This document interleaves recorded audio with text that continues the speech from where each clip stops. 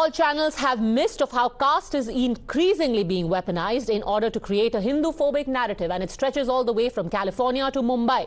From the caste discrimination lawsuit filed against two Cisco engineers in California to the suicide of a Dalit scholar in IIT Bombay.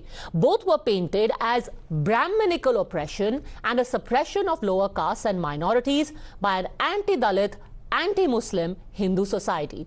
The sad reality, though, is that this entire narrative was spun on tenuous details, fact-free grounds, and took very little time, therefore, to fall apart. First, let's tell you about what happened in California. The California Civil Rights Department has voluntarily dismissed a 3-year-old lawsuit where two Brahmin engineers were accused of caste discrimination. Sundar Iyer and Ramana Kompella were accused in the department's lawsuit of discriminating and harassing an employee only because he is a Dalit. What's more significant is that this case was then used to carry out a vicious Hinduphobic campaign that painted the entire Indian Hindu community as casteist, Brahmanical and regressive. Never mind the fact that these two so-called upper caste oppressors were the very people who actively recruited the complainant, gave him a generous salary package and promotions. In fact, one of them doesn't even actively practice Hindu religion anymore. As soon as the case was filed, the Hindu American Foundation challenged the lawsuit. They said that this case falsely paints the picture that Hinduism mandates caste discrimination and is being used to create a false narrative against the entire community. Now, with this case being dismissed, they have welcomed the decision as a slap on the face of the spin doctors. Similar was the case in IIT Bombay. And unfortunately, the suicide of a young scholar was given a political color. Darshan Solanki committed suicide by jumping off the 7th floor of his hostel building on February 12 this year. The case again was painted as one of caste oppression. The so-called rights groups and the left highlighted Darshan's Dalit caste to say that he was a victim of harassment. But unfortunately for these spin doctors, on the 3rd of March, the police recovered a suicide note where Darshan had written, "Arman has killed me." Subsequently, the SIT arrested Arman Iqbal Khatri, Darshan's batchmate in IIT Bombay. The remand note, accessed by Times Now, has now revealed that Arman Iqbal Khatri threatened Darshan for making a comment about Islam. Arman then allegedly brandished a cutter and scared Darshan, who eventually was driven to suicide. The question, though, is both of these issues, though very disparate, point at the same trend. How is it from Bombay to California this caste harassment narrative is being created, and why? Is this a spin created in order to taint an entire community and fan Hinduphobia? Joining us now, and in fact, let me take this across to Mr. Ram Madhav, joining us live on The Nation, wants to know, sir, what do you make of this entire Cisco case where two upper caste engineers were accused of harassing a Dalit engineer? He says, "I have been deprived of opportunities only because of my caste." Now it's been thrown out. Yes, it is an important development, especially in the present climate of vendetta and vitriol against the Hindu religion itself, that is being sought to be spread all over in USA. This development is very important. This case, as some people probably know, is a 3-year-old case wherein one employee of Cisco has filed certain allegations of caste discrimination against a couple of his seniors.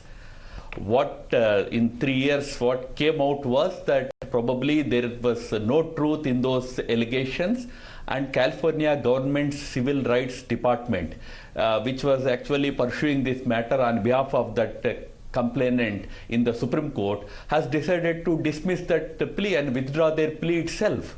It shows that the complaint has no basis, and what is more important here is that using this complaint, certain vested interests in USA, in the academy there, in the media there, in the social media there, have gone out spreading so many lies, so much of calumny against Hinduism, Hindu society, American Hindus.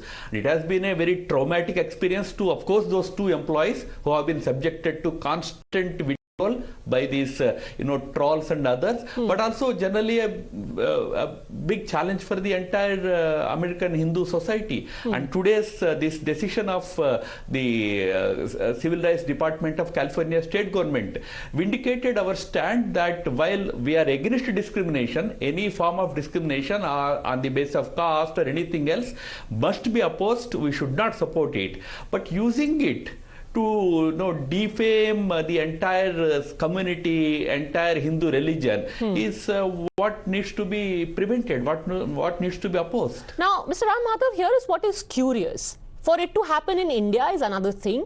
There are laws here to take care of such cases. But for this to be brought up in the United States, where as it is, there is a small Hindu community, then to talk about caste discrimination there, why do you think that this is happening all of a sudden? Suddenly we are talking about, the caste law being brought in Seattle, caste being underlined as a major issue in the United States by equality labs, and now this. Firstly, this whole discourse of upper caste and lower caste is completely anachronistic. It is not the right way to talk about it. There are no so-called upper castes or lower castes. We are all same people. It's same society.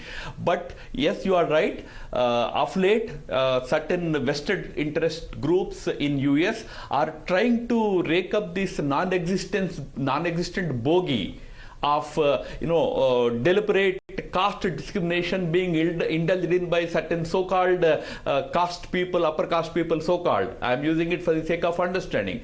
They are doing this like that. They are actually coming out with reports. There is an organization called Equality Labs in US, which comes out with very churlish, very baseless kind of reports. They are so baseless, those reports about this so-called caste discrimination in US, that all the prestigious institutions, including renowned think tanks, universities, have said that these reports of these equality labs cannot be taken as any scientific or any rational documents. They are very irrational, very unscientific, based on wrong data, based on biased data. But there is a deliberate attempt to spread very negative opinion about Hinduism and Hindu society, Hindu people in America. I must tell you something very interesting here. This person who complained against his seniors that they were discriminating him on the basis of his caste, so-called Dalit caste, he was actually picked up and employed by those very same people. He was given a good package. He was given a good job. And the same person is today being accused of discriminating him on the basis of caste. This is such a very kind of a biased, kind of motivated kind of campaign that is going on, which is very unfortunate. Again, I am stating, nobody in Hindu society in America, in USA or anywhere, should allow or tolerate any discrimination if it is happening. But for that, there are laws existing in America. Those laws can be resorted. One can go to the institutions, take recourse to those laws.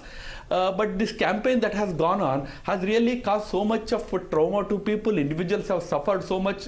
Today also so many people are subjected to a lot of trolling, lot of emotional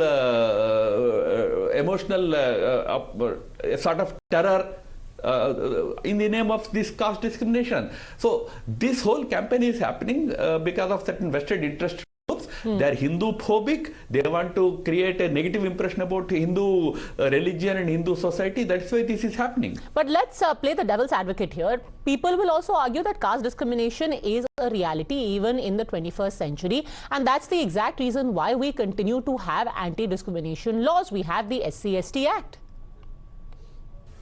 You have a very good point. In India, we have strict laws that penalize any such behavior that discriminates against one caste or the other. There are certain laws, but India has certain historical reasons for such laws. Whereas in US, so far there is no such experience. There is no such situation, and I must tell you, just as we have laws to protect, discriminated castes here, there are enough laws in American system to protect anybody who is discriminated against. But to try and make a caste as though it is a day-to-day reality is something that is a phobia. It's a phobic thing. It doesn't exist really there. But again, I'm saying, if there are any real cases of discrimination, they should be dealt with strongly. There are enough laws in America to deal with them. But I gave you the example of a case based on which all the, Seattle, that resolution, or the one that is being attempted now in California and many places, their basis is the case in Seattle, in Cisco. And now the Cisco case came out to be a completely fictitious one. So I'm saying any discrimination should be opposed. There are enough laws in America. Now, trying to bring up this caste issue in America is totally kind of a conspiratorial thing today. Is it also an effort to try and create an impression about India? Because a lot of times this is projected as the exporting of a Hindutva ideology from India to the US, UK, etc.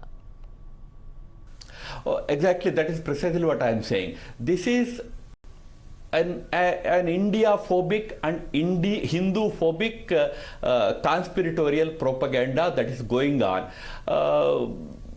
through certain vested interest groups in the West. See, Indian case is different. Here we will deal with those situations as per our law. What we are witnessing, what we are seeing in the US and some countries like UK and all, is a very deliberate, very conspiratorial effort to defame the whole country, the whole Indian society, as though it is a society where, wherever they are only discriminating against certain castes. This kind of image is sought to be about India and Indian people, especially the Hindu society. Something very interesting in this particular Cisco case is one of the persons accused of discriminating against the Dalit employee is actually a declared agnostic for last 20 years. He has nothing to do with any religion. He doesn't identify with religion. Yet this whole effort is that in Hinduism, this caste discrimination happens. This is a deliberate campaign that is going on. We should stop discrimination wherever it happens. It is sometimes, probably if it is happening, existing laws are enough for tackling that. But creating a new kind of situation as though in every mohalla, in every street or every colony in America also there is caste discrimination is actually an attempt at defaming Hindu society, defaming Hindu religion and defaming India. Also, there is another argument that this has become more acute over time, the issue of caste, the issue of Brahmanical patriarchy, because a Hindu nationalist government is in power in India. It is acute in India and now it is being exported abroad also. No, Hindu nationalist government is in power. The most liberal government is in power in USA. Where is the connection between the two? The US is run according to the laws of the American Constitution. And again I am saying the American Constitution provides enough security for people against any form of discrimination, including if somebody is really facing some sort of a discrimination based on his caste identity. American law provides enough safeguards against such discrimination. So, because there is a BJP government here, that's why this is all happening, is a totally, irrational and meaningless argument. On the contrary, as India is rising as a strong, united, big power in the world, today the global attention is turning towards India and its leadership. The vested interests in the West are trying to defame the country using such bogies. It is actually the other way. They are conspiring against Indian society, Indian culture, Indian religions. That's why they are indulging in this kind of a propaganda. All right, propaganda in order to paint a certain narrative. Thankfully, facts are stronger than propaganda. Mr. Ram Madhav, thank you very much for speaking to us. Let me take this across to